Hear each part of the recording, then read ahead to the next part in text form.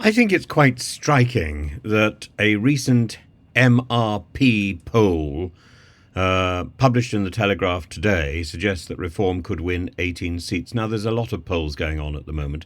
Most of them are fairly worthless. At this stage, we don't really want to know what people are planning to vote because many of them are lying and many of them are thinking of voting tactically. And anyway, the real vote is only a week away. But the MRP poll is interesting, this particular one, because the forecast indicates a significant increase in voter support for Reform UK, and with the various algorithms and filters, it suggests for the first time that, number one, they could be potentially ahead of the Conservative Party with a vote share of 17%. Compared to the Conservatives' 15%, this would represent a major shift in the UK's political landscape, especially considering the first past to the post system, which typically disadvantages smaller parties. And on that point, of course, previous polling has suggested that the Reform UK vote may not translate into anything really significant in terms of seats.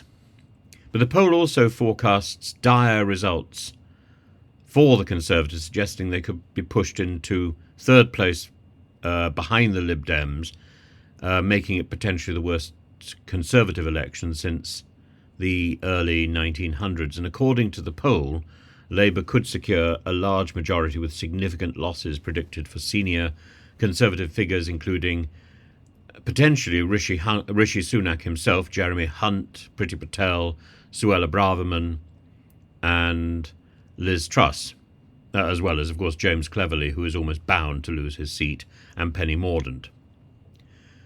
Despite the first-past-the-post system, which often results in a significant discrepancy between the national vote share and the number of seats won, the poll indicates that Reform UK could now make a substantial impact. This suggests a level of targeted support in specific constituencies that could actually lead to winning seats. The first-past-the-post system usually requires concentrated local support rather than broad national support to secure parliamentary representation. And the problem that has been evident in recent polls is that Reform has been generating increasingly large national support, but not targeted support where it stands a chance of beating the sitting MPs. So this outcome would imply that Reform UK has actually managed to build strongholds in the areas that matter. The implications of this result could be, or would be, profound, affecting the dynamics of the House of Commons, possibly the future strategies of large parties, almost certainly the promotion with a serious with a serious chance of it going through, or PR in some form. And if Reform UK does secure a significant number of seats, it would underscore a notable shift in voter sentiment, potentially driven by dissatisfaction with the traditional major parties and a desire for a new political alternative.